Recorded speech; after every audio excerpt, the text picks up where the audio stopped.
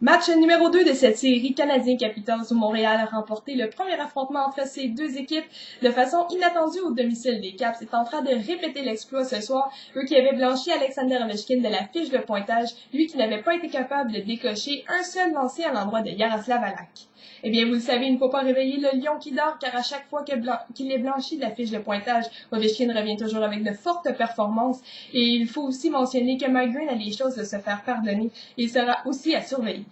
Eh bien, on ne change pas une formule gagnante, c'est donc dire que la formation de Jacques Martin va rester intacte. Yaroslav Halak reste devant la cage des siens et Ryan O'Byrne est laissé de côté pour un deuxième match consécutif. Eh bien, en première période, après seulement 1 minute de jeu, survient le premier but de la part du Canadien. Eh bien, quelle bonne façon de répliquer à la mise en échec de la part de Alexander Ovechkin aux dépens de Marc-André Bergeron. En marquant le premier but, eh bien, c'est Brian Genta qui s'amène avec beaucoup de vitesse. Il décoche un lancer foudroyant qui bat José Théodore sur le premier lancer de la soirée. C'est donc 1-0 en faveur du Canadien.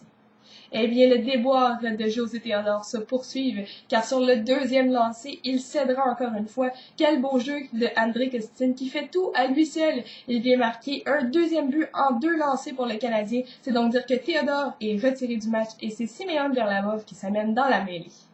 Eh bien, mauvais jeu de la part de Andrei Markov qui tentait de passer à Andrei Kostin. Ça laisse de l'espace à Eric Furr à la ligne bleue qui s'amène en échappée, lance et compte ses 2-1 après 20 minutes de jeu en faveur du Canadien.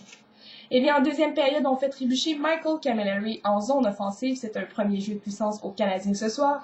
Il ne mènera pas à grand-chose, mais c'est une bonne soirée de travail pour Andrei Kostin, qui, encore une fois, fait de très belles choses. Toute une passe de la part de Michael Camilleri du revers pour ce dernier. Andrika vient décocher un boulet de canon qui bat encore une fois Simeon Varlamov. C'est donc encore une fois le Canadien qui se donne une avance de 2 buts car c'est 3-1.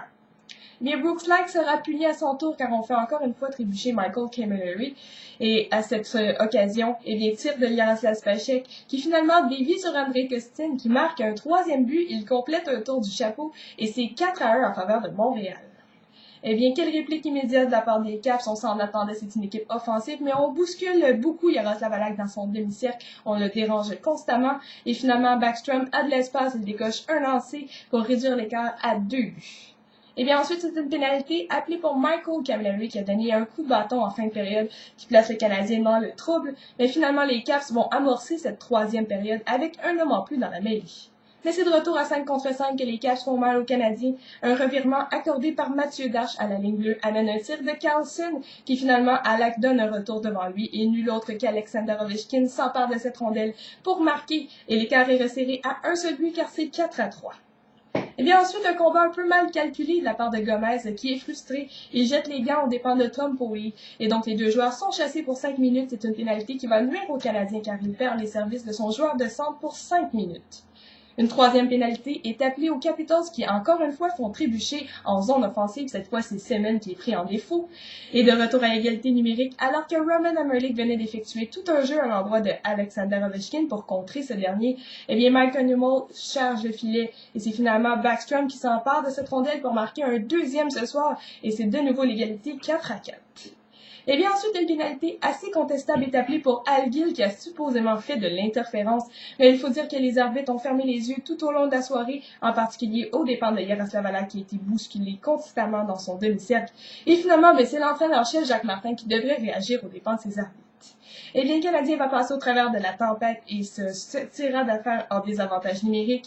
Eh bien, le retour, encore une fois, à 5 contre 5. Quel jeu de la part de Roman Hamrlik dans sa zone qui finalement remet la rondelle à Tomáš Plekanec qui lui trouve de l'espace afin de battre Simeon Varlamov. Ça sera donc 5-4 en faveur du Canadien.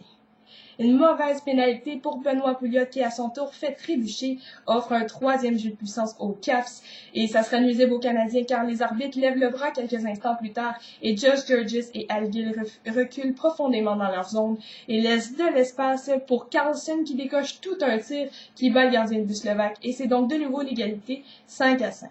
Eh bien, ce match va se transporter en prolongation pour un 2e match consécutif. On termine le tout en bris d'égalité. Eh bien, on n'a pas à attendre bien longtemps pour que Niklas Backstrom vienne compléter son tour du chapeau en déjouant habilement Roman Hamrlik en se servant de lui comme écran. C'est finalement un but gagnant 6-5, la victoire des Capitals. Une défaite crève-cœur du Canadien qui menait 4-1 au milieu de la deuxième période. Mais tout de même, la série est égale 1-1 et le prochain match sera disputé au Centre Bell à Montréal et risque d'avoir beaucoup de fans qui vont encourager le Canadien. Et donc, ça sera notre prochain rendez-vous ce lundi soir.